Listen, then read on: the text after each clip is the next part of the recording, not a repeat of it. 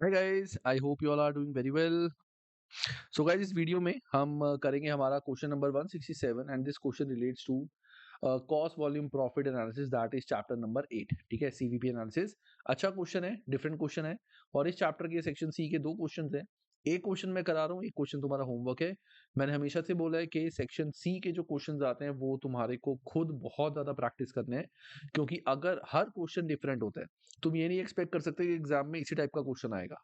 तो पॉइंट ये है कि अगर मैंने तुम्हारे को सारे क्वेश्चंस करा दिए तो तुम उन सारे क्वेश्चंस का रट्टा मार लोगे, और अगर एग्जाम में क्वेश्चन थोड़ा सा अलग आ गया, ट्विस्टेड आ गया, you won't be able to solve it. ठीक है ना। तो इसके क्वेश्चंस प्रैक्टिस करना बहुत ज्यादा जरूरी है section C, and it is very very important. तो मैं तुम्हारे को एक क्वेश्चन दिखा रहा हूँ कि कैसे ये पूरा क्वेश्चन तुम एक्सेल में सॉल्व करोगे, कैसे इसका आंसर निकालोगे। ठीक है, ये पूरा क्वेश्चन मैं तुम्हारे को एक्सेल में सॉल्व करवा रहा हूँ। So let's start this question. अब इस क्वेश्चन में हमें करना क्या है, पहले जब भी सेक्शन सी का क्वेश्चन हम देखेंगे तो हमें देखना है कि हमें करना क्या है, उसके according we will read the question. यहाँ पे है, calculate both the number of customer health nuts needs to break even and margin of safety as a percentage for the month of June। हमें जिम और cafe का निकालना है break even and margin of safety, और आगे भी चीजें हैं। तो पहले हम इस पे वर्क करते हैं, 5 मार्क का है। Let's work on this first. तो health and nuts is a fitness centre offering pay as you go gym facilities का मतलब होता है कि जब जाओगे तब पे करो, ऐसे सब्सक्रिप्शन मॉडल नहीं है। It has a fully fitted gym with capacity to accommodate 200 users at one time. Okay. It has also 100 car park space and on site cafe, both of which are only customers using the gym. The fitness centers has a shower facility for customers, and Health Nut provide all customers with a clean towel to use the entry. It is open 360 days a year from 7 a.m. to 9 p.m. ठीक है। कुछ information हमारे को, कुछ खास information यहाँ से नहीं मिली, ये कुछ इन्फॉर्मेशन मिली है, देखेंगे इसका क्या यूज है। Customers pay 8.40 to access the gym for 1 hour plus unlimited time in the cafe, मतलब इतने टाइम में जिम प्लस कैफे का time. If customer wants to use the car park, they have to pay additional $1 per visit, and 80% of visiting customer use car parking। तो जब भी कोई customer आता है तो कार पार्किंग का $1 है, और 80% लोग यूज करते हैं car parking. So that means यहाँ से मैं बेसिकली एक एक्सपेक्टेड वैल्यू निकाल सकता हूँ, जो मेरे को टोटल सेल वैल्यू चाहिए। तो एक्सपेक्टेड वैल्यू होती है ना, तो ये तो हो जाएगा हमारा नॉर्मल सेल, और ये हो जाएगा $1 into 0.80 expected sale from this. HealthNet has been monitoring the number of customers attending throughout each day for the month of June, which was considered as an average of month and for which HealthNet was open for 30 days. It has estimated that average number of customer per day is 30, कि average number of customer per day है 30, और it is open for 30 days with 40 of these customers attending during 9 a.m. to 5 p.m. I don't think इस information का कोई हमारे लिए use है, हमें average number of customer per day दिए हुए, नंबर ऑफ डेज दिए हुए। The total cost of fitness centre for June excluding cafe have also been recorded as analyzed as follows के फिक्स कॉस्ट पर मंथ हमें दी हुई है, variable cost per month हमें दी हुई है, ठीक, पर कस्टमर हमें दी हुई है। On average, half of the customer also used cafe in June with an average spend per customer of 2.20. On of this spend, 60% relates to drinks, which have a profit margin of 60%, and remainder this is this. The specific fixed cost related to cafe is this। तो fixed cost की हमें cafe दी हुई है अलग, और gym की हमें अलग कॉस्ट दी हुई है। तो पहले हम अपना फर्स्ट पार्ट करते हैं, that is I what how I will do this question. तो यहाँ पे मैं लिख दूंगा अपना ए पार्ट, इसको मैं कर देता हूँ थोड़ा सा छोटा, इट इज नॉट रिक्वायर्ड बड़ा। उसके बाद इसको मैं कर देता हूँ अपना वर्किंग नोट, और यहाँ फिगर्स। ठीक है, तो सबसे पहले मैं लिखूंगा फॉर जिम। तो जिम के लिए सबसे पहले मुझे, अगर मुझे निकालनी है यहाँ पे ब्रेक इवन पॉइंट, उसका फॉर्मूला होता है fix cost divide by contribution per unit. Fix cost मुझे पता है, कंट्रीब्यूशन पर यूनिट मुझे यहाँ पे निकालना है। तो सेल वैल्यू मुझे दी हुई है, पर कस्टमर इज 8.40। तो यहाँ मैं कह सकता हूँ फॉर जिम, जिम की जो सेल वैल्यू है, तो मैं यहाँ पे काम करता हूँ, राइट, सेल वैल्यू,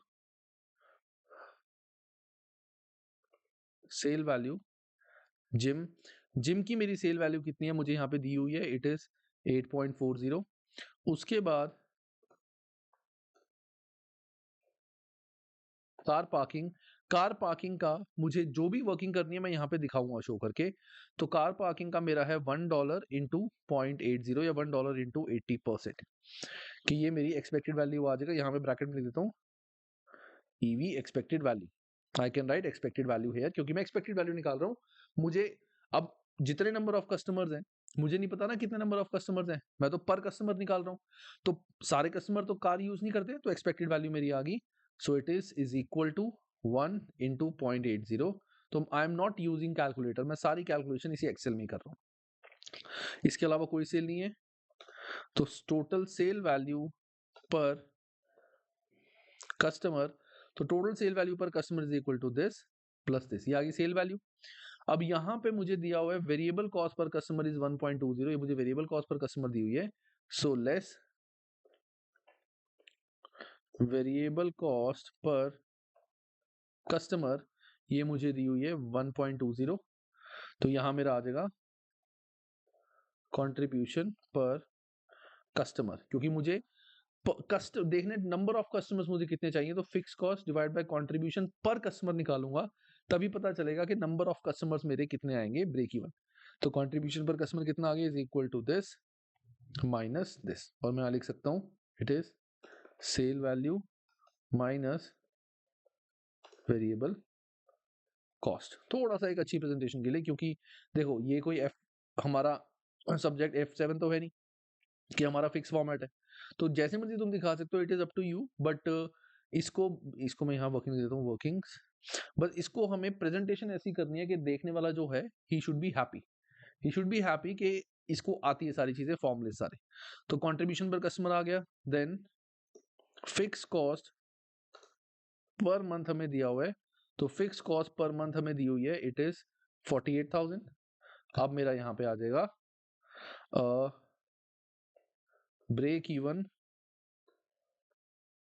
कस्टमर्स। सो ब्रेक इवन कस्टमर्स का फॉर्मूला क्या होगा, it is 48,000 divide by 8। 48,000 divide by 8 में ये भी लिख सकता हूँ, या फिर तुम ये भी लिख सकते हो, it is fix cost divide by contribution per unit. You can write like this as well. So is equal to 48,000 divide by 8। जब एग्जामिनर चेक करेगा तो उसको यहाँ पे फॉर्मूला ही दिखेगा, तो he can also check in this way as well कि तुमने फॉर्मूला ठीक लगाया कि नहीं लगाया। चलो, सो ब्रेक इवन कस्टमर्स हमारे आगे। अब हमें यहाँ पे निकालना था ब्रेक इवन कस्टमर्स हमारे आगे, मैं इसको बोल्ड कर लेता हूँ। एक तो मुझे ये चाहिए था, दूसरा मुझे चाहिए मार्जिन ऑफ सेफ्टी। तो बजटेड कस्टमर्स पर मंथ। अब बजटेड कस्टमर पर मंथ कितने होंगे, डेली एवरेज है 330, डेली एवरेज है 330, और हम 30 डेज ओपन होते हैं। सो इज इक्वल, यहाँ पे लिख दूंगा 330 इंटू 30।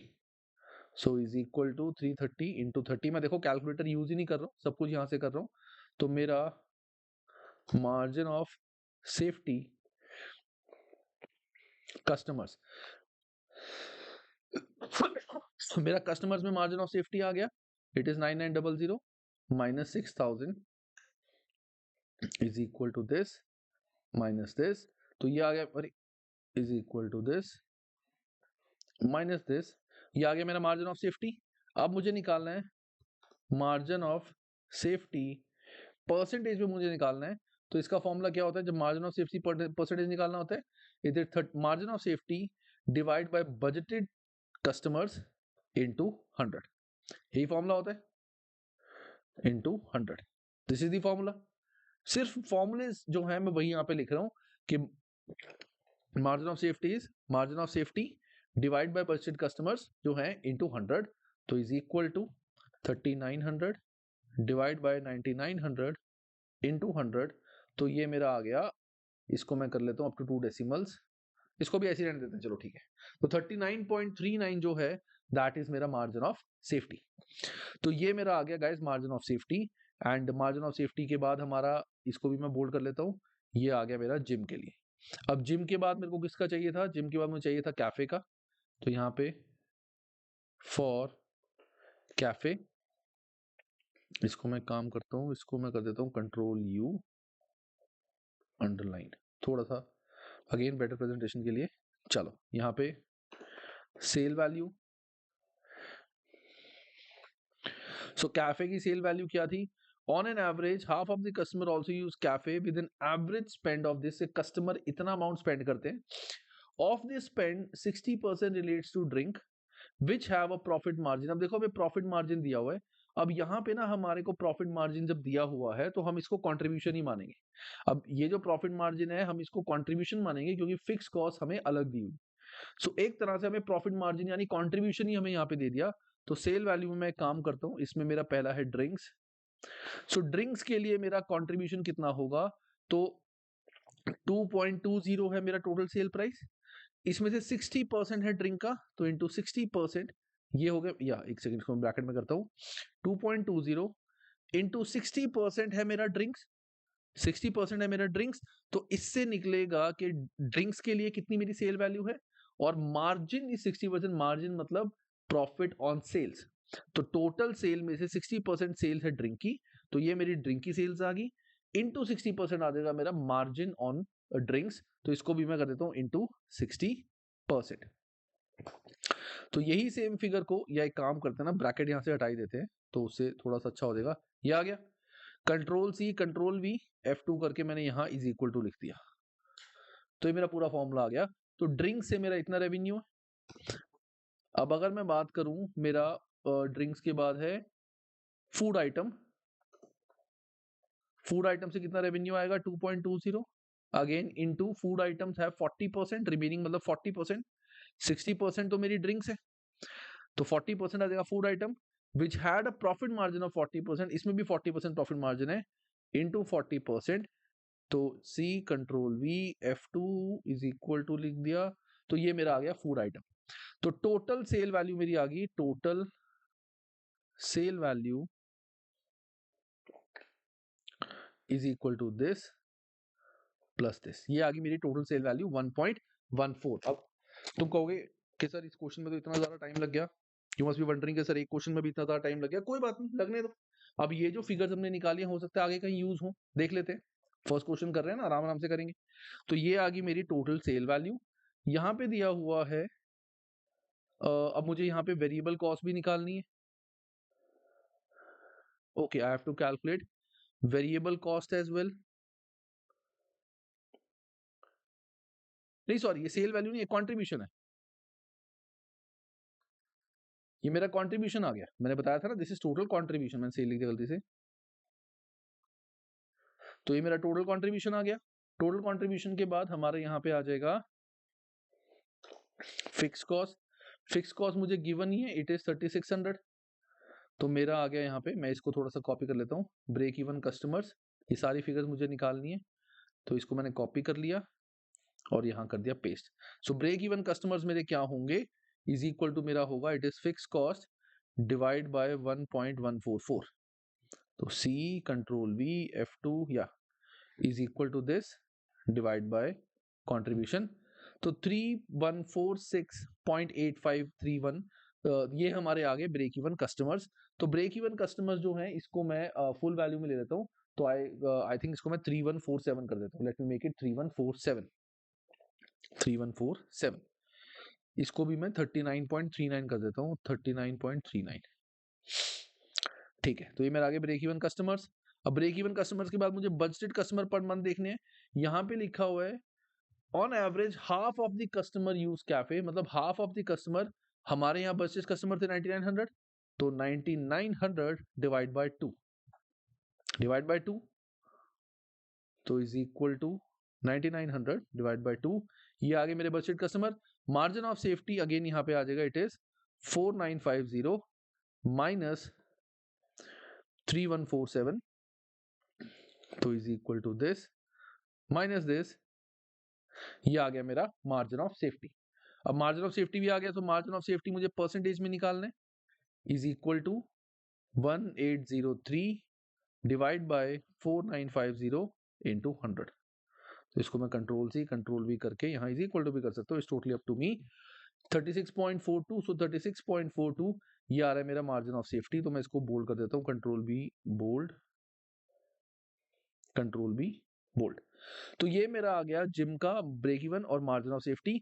अब इसको ना थोड़ा सा मैं बेटर प्रेजेंट करता हूँ, I have to present it in a better way, क्योंकि एग्जाम में जो एग्जामिनर होगा उसको अच्छे से चेक करना होगा ना, तो मैं यहाँ लिख देता हूँ जिम,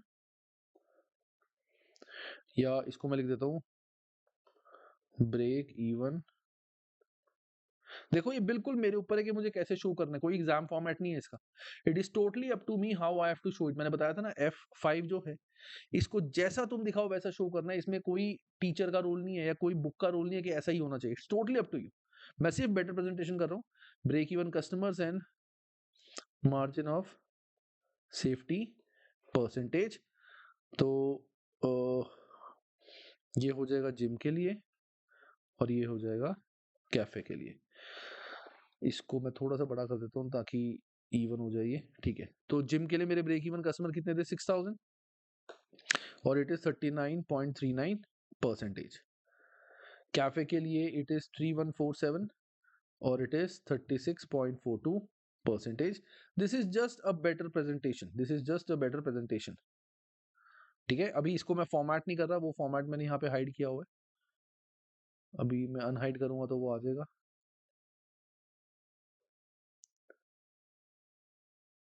अलाइनमेंट इसको मैं कर देता हूँ। देखो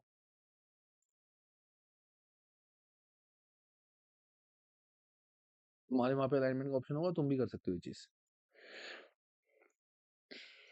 तो ये तुम्हारी एक टेबल बन गई। इसको तुम चाहो तो ऐसे, या चलो छोड़ो इतना ही रहने दो।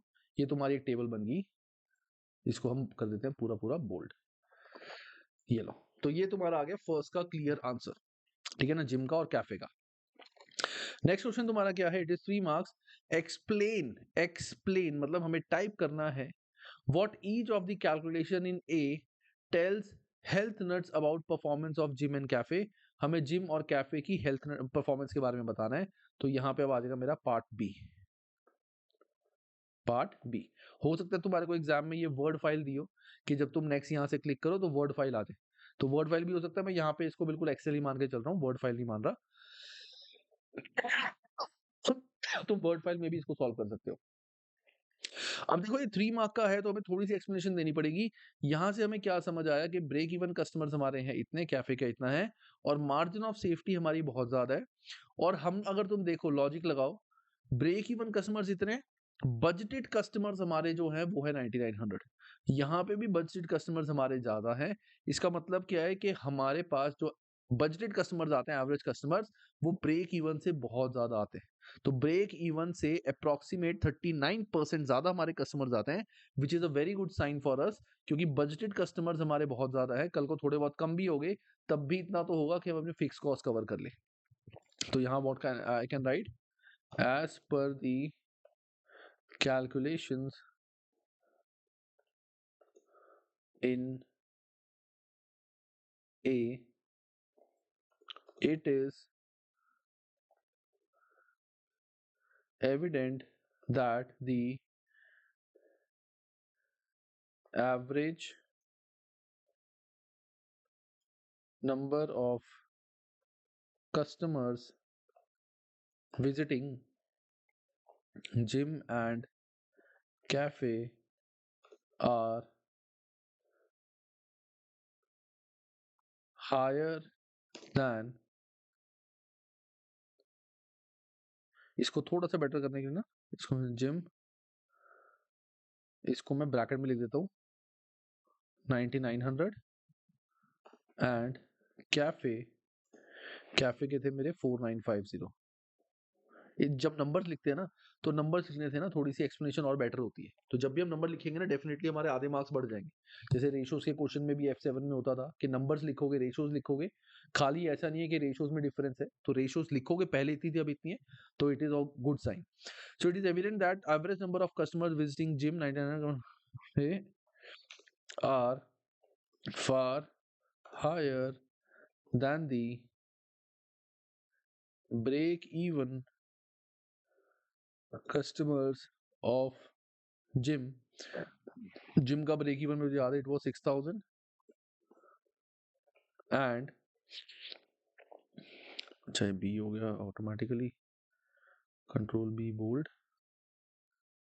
And for and cafe bracket में है इट इज 3147। सो इसका मतलब है कि as per calculation it is evident that average number of customers visiting gym and cafe are far higher than the break even customers of gym and cafe.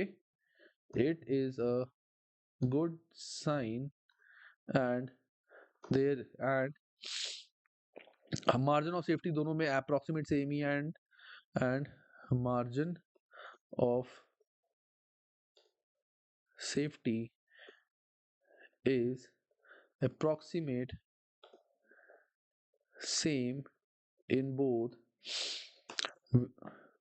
which is a good sign. इसमें ना अब जैसे तुम्हारे को जैसे मान लो Excel में solve करने को आता है, जैसे मैं तो एक्सेल में कर रहा हूँ ना, अगर तुम्हारे को एक्सेल में सॉल्व करने को आता है तो जब तुम यहाँ टाइप करते रहोगे ना तो वो ऐसे आगे चला जाएगा। तो तुम्हारे को जब तुम यहाँ पहुंच जाओ तो एंटर प्रेस कर देना, वो नेक्स्ट लाइन आ जाएगी। ठीक है ना? तो it is a good sign. Margin of safety approximate same, margin of safety is approximate same in both, and it is also a good sign as company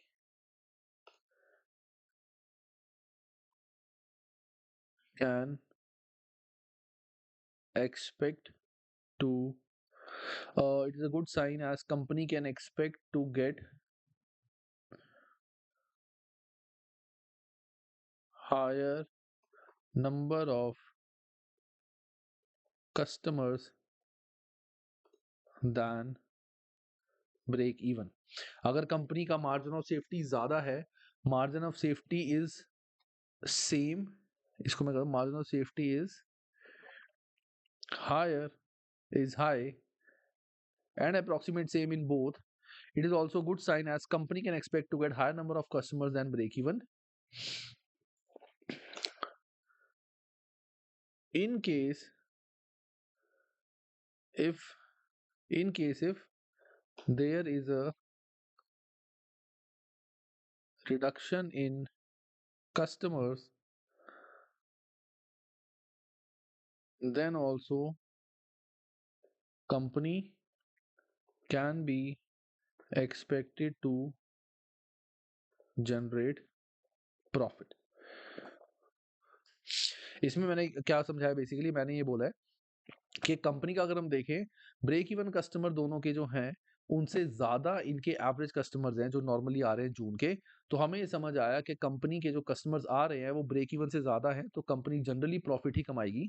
और margin of safety भी बहुत ज्यादा है, मतलब अगर मार्जिन ऑफ सेफ्टी मतलब जो budget हमने करे हैं उसके 39% जाके जब कस्टमर कम होंगे तब जाके ब्रेक इवन पे आएगा। तो जितना ज्यादा मार्जिन ऑफ सेफ्टी होता है मतलब कंपनी उतने ज्यादा बेनिफिशियल स्टेज पे है, क्योंकि मार्जिन ऑफ सेफ्टी हायर मतलब कि इतने परसेंटेज जब बजट से कम होंगे तब जाके ब्रेक इवन आएगा। तो I can say as margin of safety is also high, तो कंपनी अगर इन केस सेल कम भी होती है तब भी कंपनी प्रॉफिट में रहेगी। It is our calculation. ठीक है ना? तो ये हमने इसका एक आंसर लिख दिया, that is point number B 3 marks. इतना ही जरूरी है, ज्यादा जरूरत नहीं है। C part, calculate budgeted total weighted average contribution sales ratio and budgeted profit per month for health nut if it is closes cafe and opens crèche instead।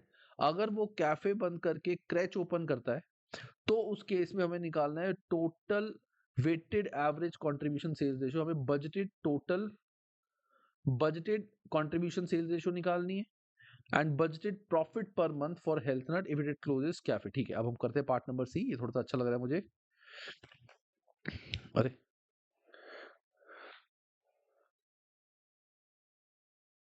ठीक है, अब सी में यहाँ पे लिखा हुआ है after reviewing all the above information, manager of Health Nuts has put together a proposal to close cafe at the fitness center and convert it into a crèche for children. This would mean that parents would leave their children in the crèche while they are use the fitness center between the hours of 9 a.m. to 5 p.m. The charge of crèche would be 4 per child per hour। ये हमारे को crèche का price per hour बता दिया। Initial research suggests that customer have an average of 2 children। The crèche is expected to attract new customers, increase average number of customer by 300%। के average number of customer हमारे बढ़ जाएंगे। Only these new customers will use crèche facility। Okay. Car park usage is expected to continue to be 80%। The fixed costs associated with running the crèche are estimated to be $8,000 per month with a variable cost of this। Okay, तो अगर हमारे को सबसे पहले बात देखो, formula याद करो, हमारे को निकालना है total weighted average contribution upon sales ratio. तो weighted average contribution sales ratio क्या हो गया, contribution of gym into customer of gym plus contribution of creche into customer of creche divide by sale of gym into customer of gym. यही हमारा formula होता है। अब यही फॉर्मूला हम यहाँ पे कैलकुलेट करते हैं। चलो अब यहाँ पे पहले मैं निकालता हूँ फॉर जिम, जो फिगर चाहिए पहले वो निकालने थे जिम का। मुझे चाहिए सेल वैल्यू पर कस्टमर, मैंने यहाँ लिख दिया ए। सेल वैल्यू पर कस्टमर मैंने ए में निकाली हुई है, देखो पॉइंट नंबर ए में मैंने निकाली हुई है cell value per customer, it is 9.2। तो मैं सेम फिगर यहाँ पे लिख दूंगा 9.2। उसके बाद variable sorry contribution per customer,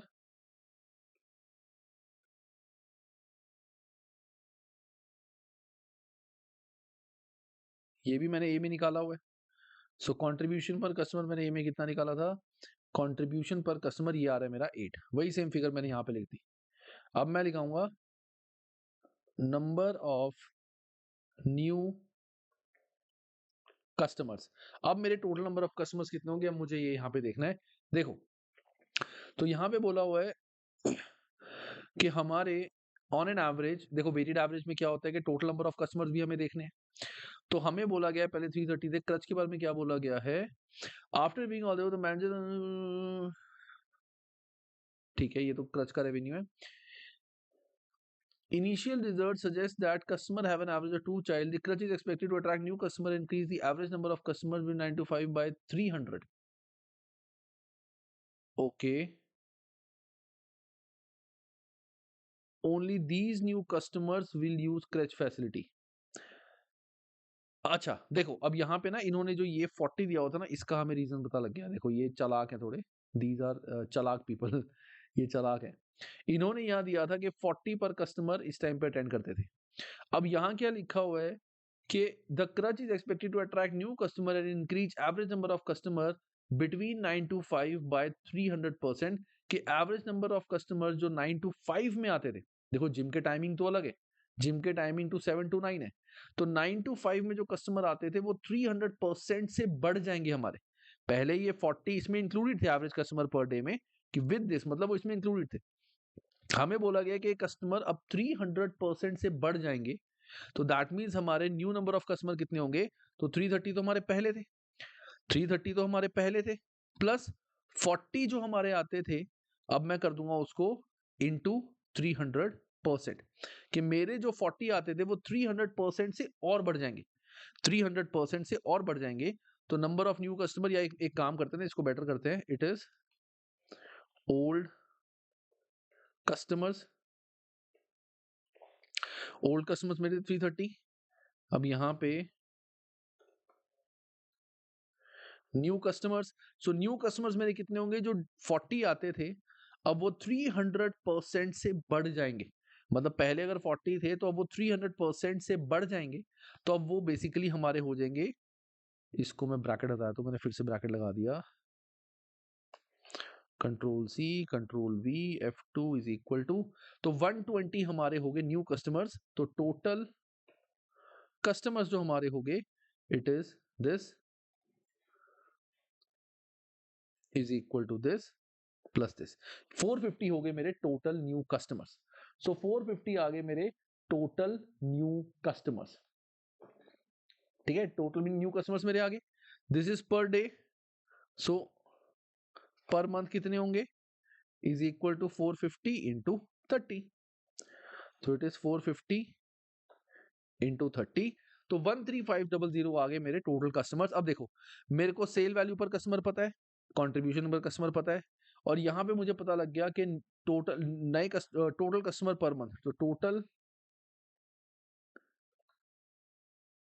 customer per month कितने वो मुझे पता लग गए जिम के, तो जिम के पता लग गए। अब मैं निकालता हूं for creche, for CRECHE for creche. अब क्रच के लिए अगेन सेल वैल्यू, देखो माइंड में हमें फॉर्मुलेस पता होनी चाहिए। सेल वैल्यू क्रेच की यहाँ पे लिखी हुई थी कहीं पे, द क्रेच वुड चार्ज 4 पर चाइल्ड। तो सेल वैल्यू हमें दी हुई है 4, वेरिएबल कॉस्ट यहाँ दी हुई है, वेरिएबल कॉस्ट हमें दी हुई है 0.50, 4 पर चाइल्ड। सो कंट्रीब्यूशन, इसको मैं भी लिख दूं, per child contribution per child.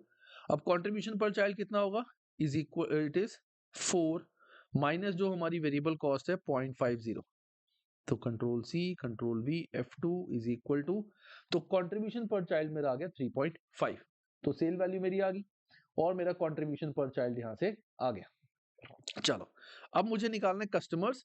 सो यहाँ पे क्या बोला गया, initial result suggest that customer have an average, sorry, health nurse has put together proposal, this would mean that the parents could leave their children, ठीक है। Initial research suggests that customers have an average of 2 each. The crèche is expected to attract new customers and increase average number of customers this by 300%. Only these new customers will use the crèche facility. मतलब new customer हमारे कितने आए थे, 120। तो यहाँ पे मैं क्या लिखूंगा, न्यू कस्टमर्स इट वाज 120, नए कस्टमर इतने आए थे और यही चाइल्ड फैसिलिटी यूज करेंगे। So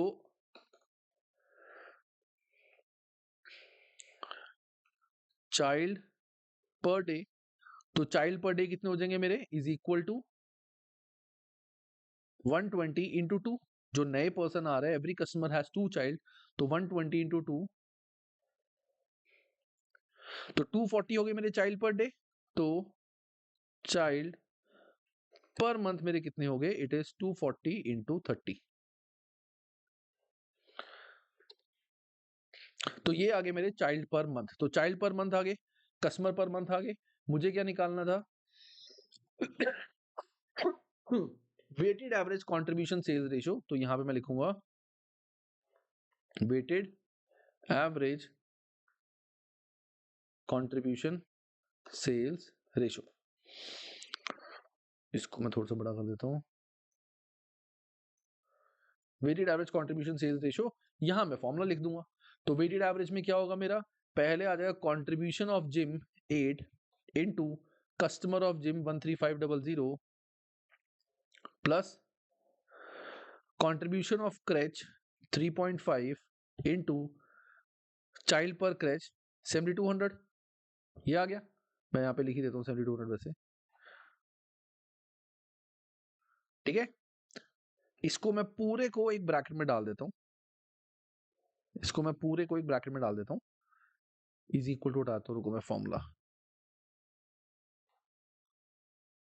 divided by, again bracket, पहला पार्ट सेल ऑफ जिम, तो सेल ऑफ जिम है 9.2 into total customer of gym 13500 plus sale of creche, it is 4 into child 7200 और ब्रैकेट क्लोज। ये मैंने अपना पूरा फॉर्मूला यहाँ पे देखो लिख दिया, this is my complete formula. मैंने यहाँ से सेल वैल्यू पर कस्टमर निकाल दी, इसको मैं बोल्ड कर देता हूँ और ये मैंने बोल्ड कर दिया, जो चीजें मुझे चाहिए वो मैंने बोल्ड कर दी,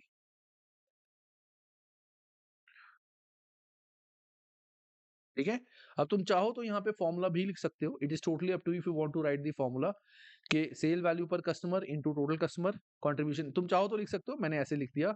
अब मैंने इसको कर दिया control C control V F2, सबसे ऊपर आके मैंने डाल दिया इज इक्वल टू, तो ये आ गया मेरा weighted average contribution sales ratio. So weighted average contribution sales ratio मेरा जो आ रहा है, इट इज 0.8705, 8705। तो इसको मैं let's leave it like this, तो ये आ गया मेरा weighted average contribution sales ratio. अब इसके बाद मुझे क्या निकालना था, यहाँ मुझे निकालना है budgeted profit per month if it closes the cafe and open. अब हमारा प्रॉफिट कितना होगा पर मंथ अगर वो कैफे बंद करके क्रैच ओपन करते हैं। तो आई थिंक इस क्वेश्चन को जितना लॉजिकली करा जाए उतना बेटर है। तो मैं यहाँ पे लिखूंगा, देखो मेरे को total number of customer gym के पता है, कंट्रीब्यूशन पता है, तो मैं लिख देता हूँ टोटल कंट्रीब्यूशन फ्रॉम जिम। तो जिम से टोटल कंट्रीब्यूशन में इसको बोल नहीं करता, टोटल कंट्रीब्यूशन जिम से कितना होगा, इट इज 13500 इंटू 8, तो ये मेरा होगा जिम से contribution, total contribution from creche. Creche से मेरे को कितना टोटल कंट्रीब्यूशन होगा, इट इज 7200 इनटू कंट्रीब्यूशन है 3.5, C control V is equal to, तो ये आ गया, तो मेरा आ जाएगा total combined contribution is equal to sum bracket start, तो ये है मेरा combined total contribution, this is combined total contribution less fix cost, fix cost में लेस करूंगा। अब मुझे पता है यहाँ लिखा हुआ था कि फिक्स कॉस्ट इसकी है 48,000, तो जिम की जो मेरी फिक्स कॉस्ट है इट इज 48,000, और जो क्रच की है दैट इज 8,000, क्रच की जो है दैट इज 8,000, तो मेरा जो आ जाएगा profit, profit is equal to total contribution minus this, तो ये मेरा आ गया profit, profit for the month, profit for the month, तो ये मेरा मंथ का प्रॉफिट आ गया। देखो, तो मेरा वेटेड एवरेज कंट्रीब्यूशन निकल गया, ये मेरा प्रॉफिट आ गया, जो चीजें मेरे को चाहिए थी। तो सी पार्ट भी मेरा देखो यहाँ पे कवर हो गया। टाइम ठीक है थोड़ा सा ज्यादा लग रहा है, बट कोई बात नहीं, मैं तुम्हें समझा भी तो रहा हूँ, नहीं समझा के सीधा करूँ तो हो जाए, तो जल्दी हो जाएगा। और दूसरी बात गाइज, ये क्वेश्चन ऐसे तुम खुद करोगे तो बहुत कंफ्यूजन होगी, बहुत कंफ्यूजन होगी इनिशियली, तभी मैंने तुम्हारे को एक क्वेश्चन कराया ताकि तुम्हें पता चल जाए कि कैसे टाइप का तुम फॉर्मेट बना सकते हो, कैसे इसको लिख सकते हो, कि इस चैप्टर का अगर कोई क्वेश्चन आया तो how can you write and explain. तो ये तुम्हारा आ गया profit for the month. Break even sales का तो अच्छा ठीक है, ऐसे भी कर सकते हैं, मैंने सिंपल अपना लॉजिक लगाया है, मैं ये जो फालतू के बोल्ड है इसको हटा देता हूँ। ठीक है, लास्ट पार्ट क्या था हमारा, advice health nuts considering both financial and non financial factors whether it should replace cafe with a creche और whether calculation it pass C provide enough information to make a decision. अब यहाँ पे हमें profit for the month बताया हुआ है, ठीक है ना। अब यहाँ पे अगर हम देखें प्रॉफिट हमारा, अगर हम कैफे होता तो टोटल प्रॉफिट कितना होता, तो हम वो देख लेते हैं। तो एक काम करते हैं, डी पार्ट, डी पार्ट तो मैं लिख देता हूं total profit with gym and cafe. मैं जिम एंड कैफे का टोटल प्रॉफिट देखता हूं, तो यहाँ पे लिखा हुआ है इसको तो मैं कॉपी कर लेता हूँ ना, टोटल कंट्रीब्यूशन फ्रॉम जिम, अच्छा इसको मैं कॉपी कर लेता हूँ, इसको एक काम करते हैं, इसको कर लेते हैं कॉपी। सो मैंने आपको पेस्ट कर दिया, तो जिम का कंट्रीब्यूशन पता है, क्रैच की जगह मुझे यहाँ लिखना है कैफे, अब ये चेंज हो जाएगा, और फिक्स कॉस्ट भी जो मेरी है वो मेरी क्रैच की जगह यहाँ पे आ जाएगी कैफे।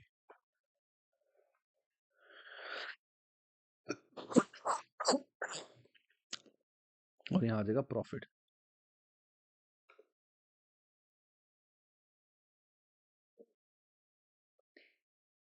चलो, सो कंट्रीब्यूशन फॉर जिम तो हमें पता है, अब कंट्रीब्यूशन फ्रॉम कैफे कितना होगा, देखो कैफे में हमारे कस्टमर्स कितने थे, कैफे में हमारे बजट कस्टमर कितने थे 4950, और कैफे में हमारा कंट्रीब्यूशन कितना था 1.11144, 4950 1.114, तो मैं लिख देता हूँ 4950 इंटू 1.114, तो control C control V bracket is equal to, so ये आ गया मेरा कंट्रीब्यूशन कैफे का, ये आ गया कंबाइंड कंट्रीब्यूशन, एक मुझे कम सा क्यों लग रहा है 1.114,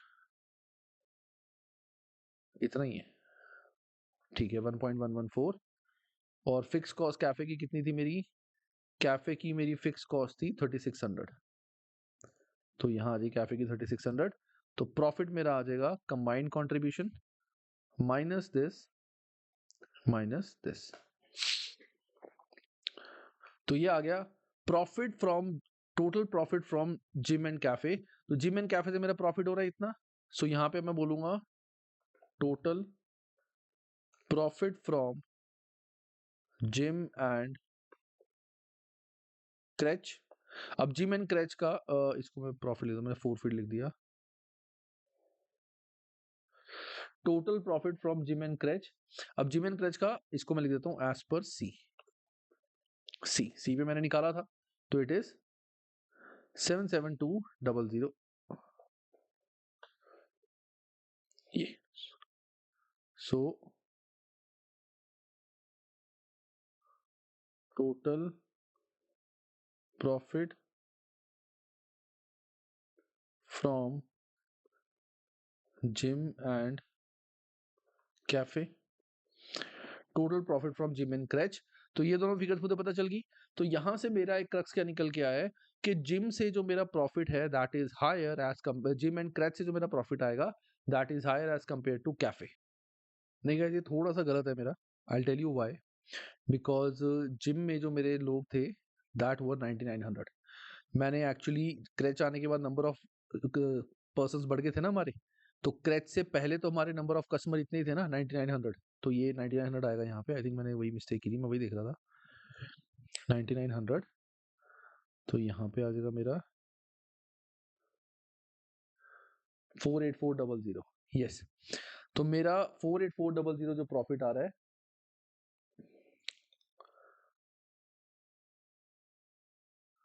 एक सेकेंड, नहीं रुको रुको, मैंने गलत कर दिया, ये मैंने क्रैच में एडजस्टमेंट कर दी, मुझे यहाँ करनी थी जिम एंड कैफे में।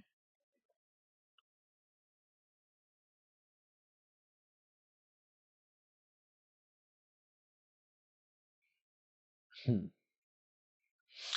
तो जिम एंड कैफे में इतना आ गया मेरा।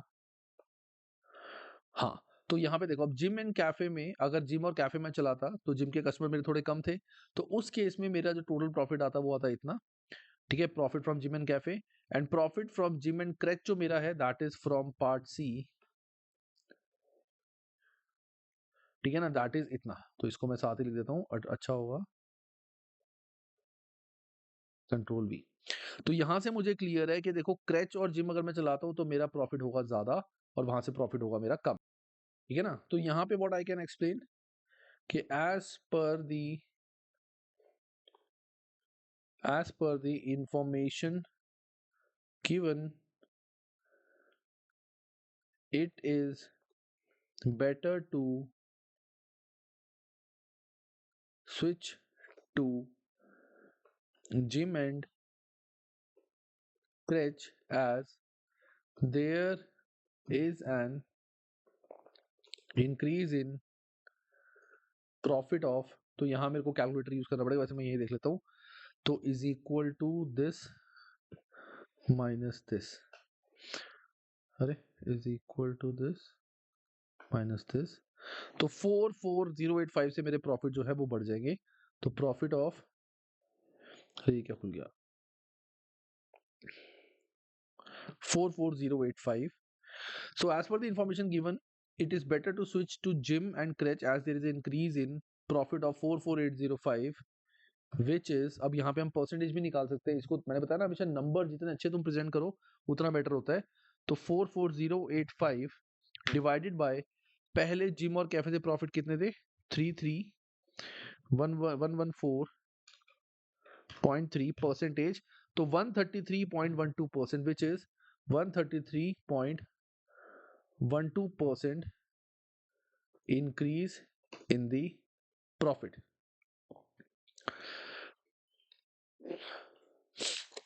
ठीक है ना, तो as per the information given it is better to switch to gym and creche as there is an increase in profit of 44085 which is 133.12% increase.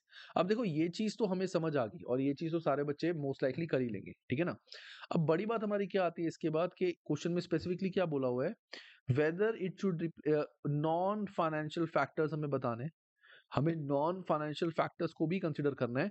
अब हमने फाइनेंशियल फैक्टर्स तो बता दिए, अब अगर हम नॉन फाइनेंशियल फैक्टर की बात करें, देखो यहाँ पे हमें बोला हुआ है कि जब हम क्रच यूज करेंगे तो ये एक एंटीसिपेशन है, ये एक प्रपोजल है, तो पहली बात तो हमें ये नहीं पता कि प्रपोजल कितना चलेगा। ठीक है ना, तो यहाँ पे हम कह सकते हैं कि as far as non financial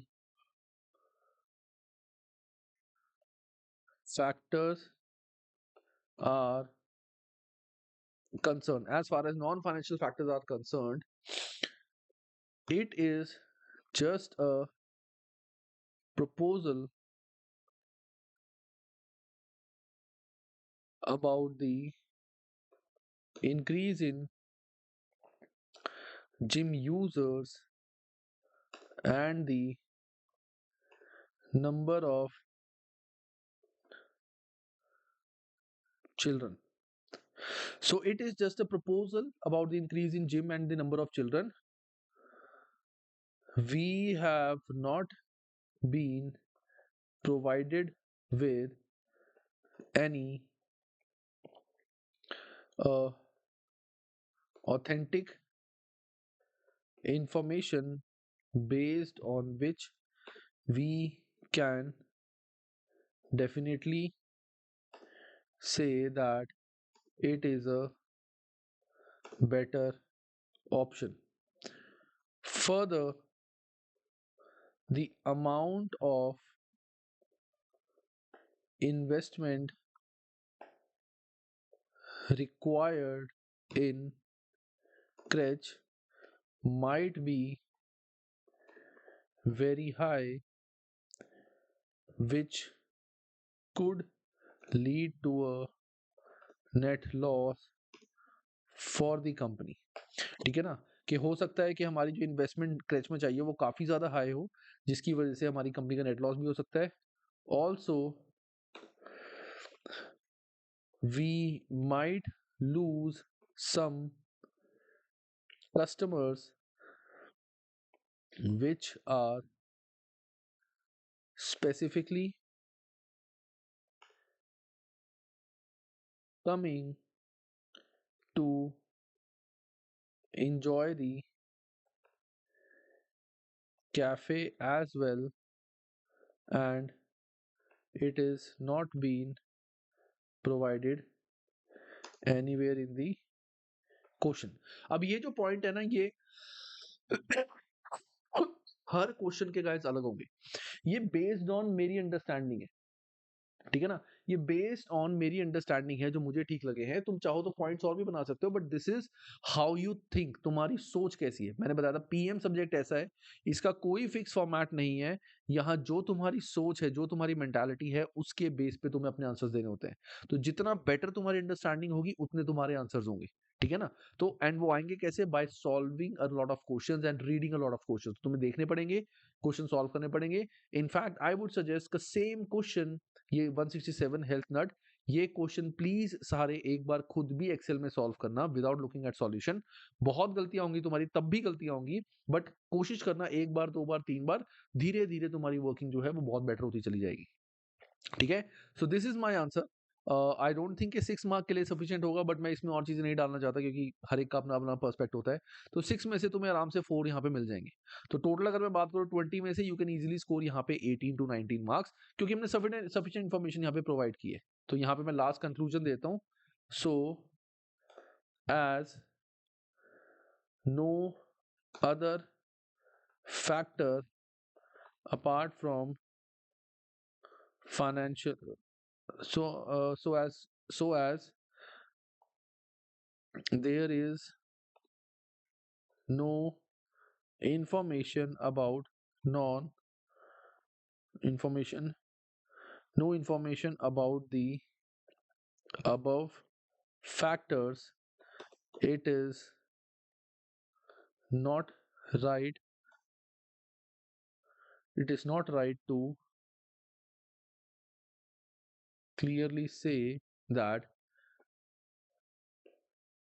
switching from cafe to crèche is will definitely be a good option. ऐस ये होगा मेरा बेस्ट आंसर. मेरे को 20 out of 20 मिल जाएंगे. यहाँ मेरे को 20 out of 20 मिल जाएंगे. ठीक है ना. So as there is no information about the above factors, it is not right to clearly say that switching from cafe to creche will definitely be a good option. मतलब as per financial factor तो है, लेकिन इनके बारे में मुझे कुछ नहीं पता, तो मैं क्लियरली नहीं बोल सकता. And this is, I believe it to be a perfect answer. ठीक है, एक बार इनके आंसर से चेक कर लेते हैं. ओके, जिम कैफे, अच्छा इन्होंने यहाँ पे बनाया हुआ है, ये मार्जिन ऑफ सेफ्टी. ऐसे रुको, जिम का इन्होंने बनाया हुआ है तो मार्जिन ऑफ सेफ्टी 39.39. ओके, और जिम का उन्होंने break even point in customers आया 6000, ब्रेक इवन पॉइंट कस्टमर 6000, ठीक है। उसके बाद यहाँ पे ब्रेक इवन पॉइंट कैफे का break even point total break even point customer 3147 और मार्जिन ऑफ सेफ्टी इनका है 36.42 36.43, हमने 36.4, ठीक है, कोई फर्क नहीं पड़ता। ये हो गया हमारा। Next, the gym needs 6000 customer per month and the cafe needs this per month in order to cover the fixed cost, each 1% contribution after, okay, whether or not these figures are particularly high can be gauged by comparing them to expected for customers in 1 month। guys explanation ठीक है, मैं check नहीं कर रहा, मैं figure check कर रहा हूँ बस। हम इतना जो इनका आंसर है एग्जैक्ट लिख भी नहीं सकते, ये अपनी नॉलेज के अकॉर्डिंग है, और मैंने भी ठीक लिखा है, ठीक है। तो यहाँ पे मुझे क्या बताना था, थर्ड पार्ट क्या था, मुझे निकालना था वेटेड एवरेज कंट्रीब्यूशन। सो वेटेड एवरेज बड़ा लिखा, वेटेड एवरेज कंट्रीब्यूशन 87.06, 0.8705, ठीक है, ये भी ठीक है। Budget profit 77200, profit for the month 77200, ठीक है गाइस, परफेक्ट। डी पॉइंट में contribution for gym 79200, gym and अरे ये क्या है, 84863, 84714, ये क्या है। कंट्रीब्यूशन फ्रॉम कैफे इनका इतना थोड़ा सा फर्क आया है गाइस, पॉइंट्स में फर्क होगा शायद, मुझे लग रहा है पॉइंट्स में फर्क होगा, बट चलो ज्यादा फर्क नहीं है, बहुत ज्यादा फर्क नहीं है। यहाँ से सॉल्यूशन तुम चेक कर लेना, मेरा आई ट्रस्ट माय सॉल्यूशन, ठीक है। So this is how we have to solve a question. इसमें 50 मिनट्स लगे, बट टेक्निकली तुम खुद सॉल्व करोगे प्रैक्टिस करके तो 30-35 मिनट्स में हो जाएगा। मैं साथ साथ तुम्हें एक्सप्लेन भी कर रहा हूँ, इसलिए थोड़ा टाइम ज्यादा लग रहा है, वरना 30-35 minutes is a good time. याद रखना, जब सीवीपी के क्वेश्चन तुम्हारे को आते हैं तो ऐसे फॉर्मेट बना के अपना आंसर लिखना, सीधा सीधा जैसे कॉपी पेन पे करते हैं वैसे मत करना। It should be clearly visible and all the workings should be clear, ठीक है। चलो बाय गाइस, टेक केयर।